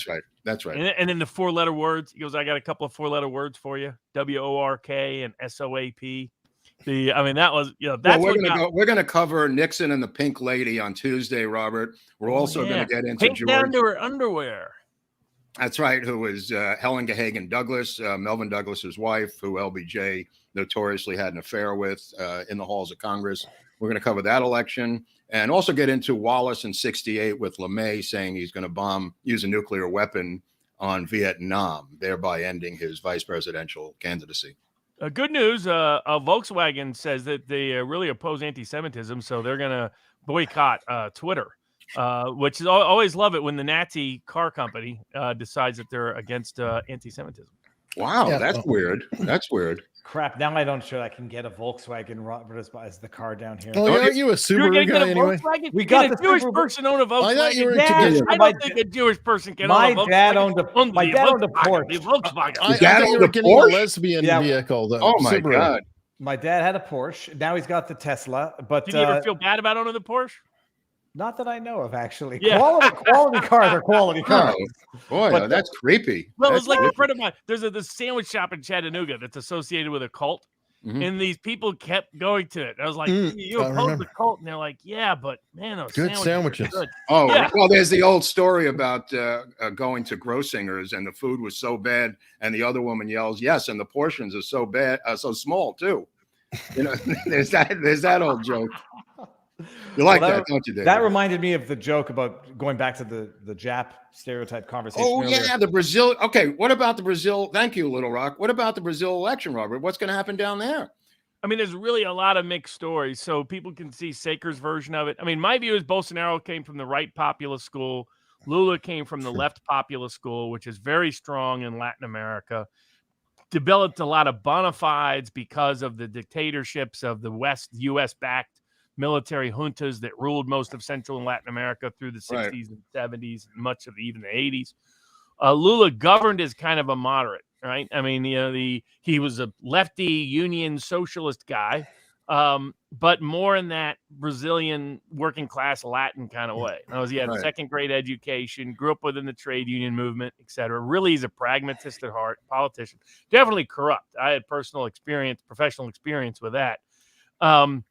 But he mostly, his foreign policy isn't that different from Bolsonaro. The Bolsonaro is more from the right populist, enraged a lot of elites. Bolsonaro, part of his coalition, did have ties to old right-wing authoritarians, the old military junta in Brazil. Right. That's why Glenn Greenwald, who lives in Brazil, and other people didn't want anything to do with Bolsonaro. They were bothered by his husband is a Luluite congressman. Yes, so Greenwald's husband, absolutely. Right. Okay, so he's got a dog in that hunt. Yeah. Oh, no doubt. And so Brazil's a little more complicated than the typical. No, what I'm referring to is Burns going down there from the CIA 3 months ago, telling Bolsonaro not to contest the election, the CIA involvement in this current election, the amount of money that the Biden administration has pushed into it. That's what I'm talking about. How much? There's been, it's on both sides because there's CIA ties to the old right-wing groups that back Bolsonaro. They decided because of his opposition to pandemic politics and his refusal to embrace the Ukrainian war, be anti-Russia or other things like that, or even be anti-China, that they were done with him. Lula thinks Brazil should be on one of the 5 UN Security Council votes. So right. Well, will the Chinese gain from the elimination of Bolsonaro? It'll be kind of neutral because Bolsonaro was also cutting deals with the Chinese because he thought it was economically good for Brazil. And so he and Bolsonaro, both Lula and Bolsonaro both want to be part of BRICS. Brazil is the first letter in BRICS. Oh, so Lula's not going to leave BRICS, is what you're saying? Oh, not just the opposite. Okay. Lula will escalate on that scale. The biggest difference is internally, domestically. Bolsonaro has tried to got elected because crime and drugs started getting out of control. Right. Not under Lula, but under his successor. Right. And Lula got put into prison for corruption. So the Brazilian Supreme Court decided they didn't like Bolsonaro. That's my read on it. What were their positions on the Brazilian butt lift? The two guys. Is there a position on the Brazilian? I don't think anything that it's Lula's in favor. Both in favor of Brazilian butt lift. I think so. Of course. I'm sure Lula won because of support by major drug dealers and gangs. So prisoners were all celebrating it, etc. Oh, plot twist. The reason why Bolsonaro supporters are willing to do mass protests. They want the military to keep Bolsonaro in. Given Brazil's history, that's probably a mistake for Bolsonaro because then he'll really be. Well, is there a recount system in place there of any sort? I believe it's all electronic, is what I've been told now. Oh, I understood the military does the recount. I have no idea how all that works. All right. And the military does have those allegiances. I think Lula, because he governed as more of a moderate, not as a lefty, is more liked definitely by the Biden administration. The Biden administration, Lula was very close to the Clintons. All kinds of corruption happened with the Clintons. Well, Biden called him 5 seconds after the election was over, congratulating him. Oh, absolutely. He called him Jeff Greenberg. I don't know what he meant by that, but apparently it's Lulu's stage name is Jeff Greenberg. They're hoping they can incorporate Lula and Brazil back into the Western camp. That's not likely to occur. Not likely. But I don't know. I mean, Lula's old. He's the oldest president in the history of Brazil, 77 years old, I think. Wife died 3 or 4 years ago. It's not clear. I mean, he served about a year or so in prison. It's not clear he really has the same. He won because of his legacy of his name. Whether it was stolen or not, I mean, it was the places that are controlled by the gangs that gave him his margin of victory. So that's why there's a lot of doubt. On a final note, my favorite president in South America was the Japanese guy from Peru, Robert.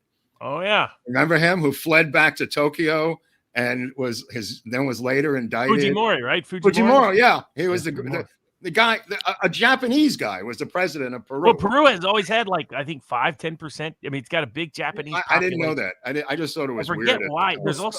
There was an island in the Caribbean I was in once, and they had a huge Indian population from India.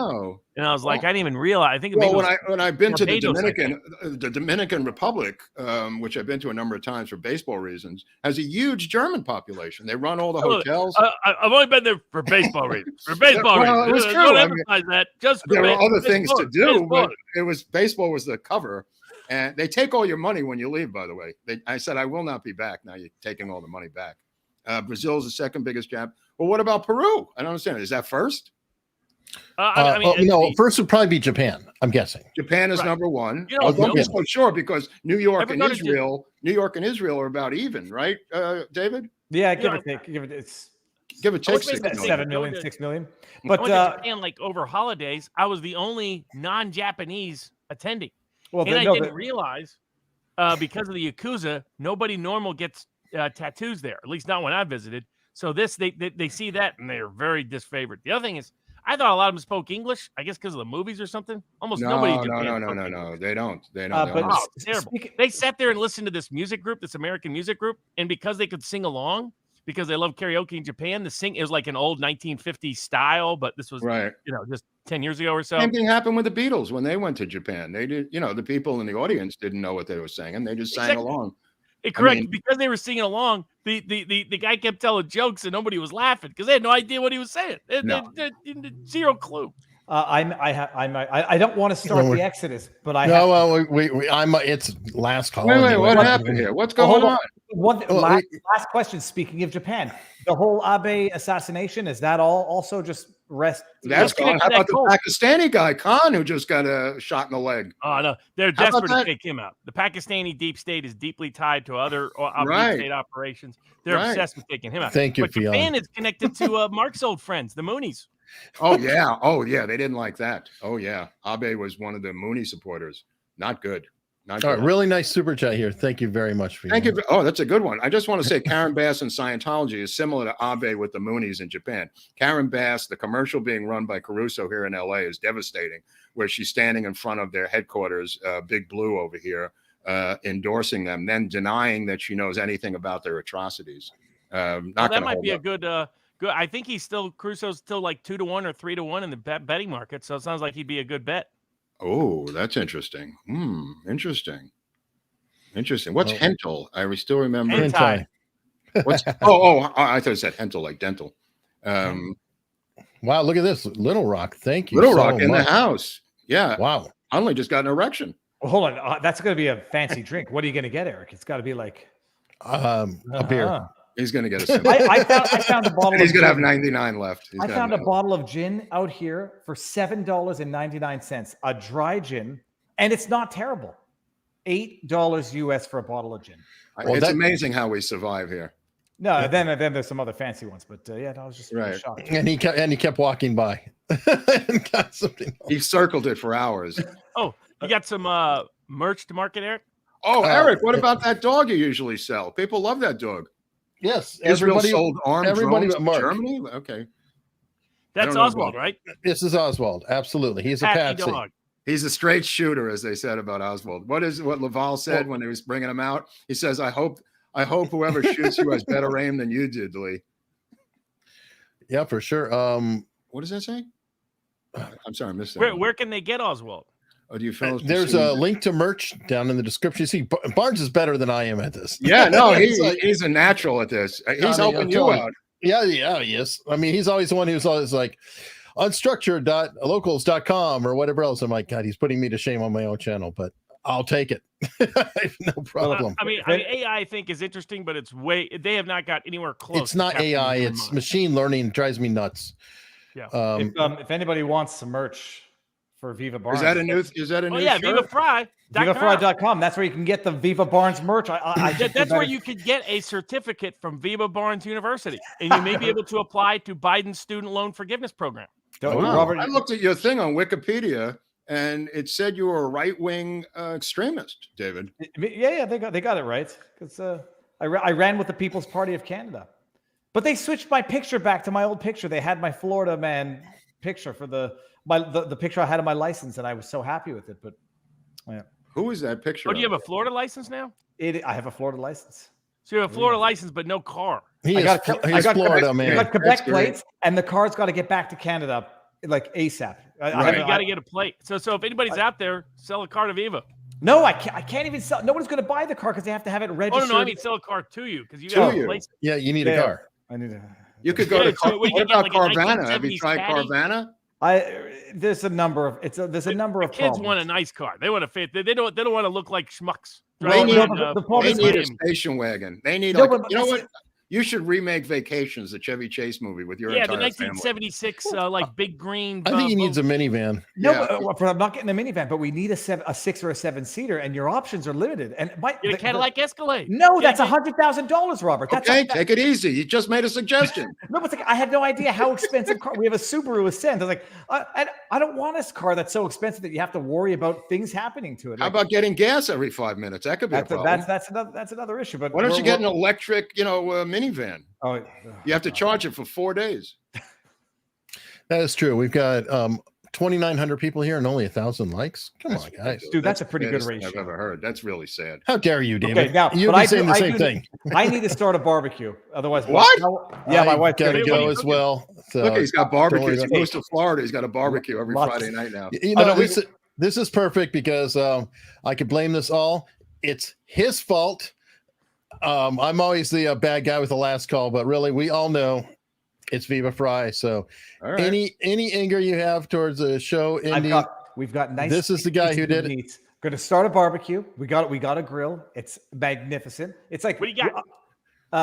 Just some steak and just literally steak. But yeah. I used people to do starving around the world. You're having a barbecue. People eating their own feces. I will not. I'll eat crickets when I want to eat crickets. There's people eating bugs, and you're having a barbecue. I'll eat the bugs too. But tonight it's steak. And but back in Canada, we would do barbecues, in the dead of winter. And when you have a martini outside in winter, it never gets warm. So it's just beautiful. Dude, I once had cocaine in the Bahamas and it melted right in front of me and everybody beat the living crap out of me. I didn't know you keep it in the freezer and you got to snort it in 5 seconds. I was like an idiot, like in the Woody Allen movie where he sneezes on the cocaine and it goes all over the place. Did the kids get a lot of candy for Halloween? Parents hate. They got a lot of candy. It's a big thing out here. Did you tax it? Did you give them use the tax? Use it as an opportunity to explain the tax system. No, they wake up. No, they're just the tax system. What this is gluttony. It turns kids into pigs. They wake up candy. Get kids into pigs. I like that. Turn kids into pigs. Kids into pigs. Is that a phrase down there, or is that your family thing? It is now. Halloween done turns. You better get a trademark on that. That's a good one. Turn kids. When the candy's gone, I cannot wait for it to be gone, and that's it. But it was fun. All right. On that happy note, we've got frozen cocaine, kids and pigs, and have a wonderful evening.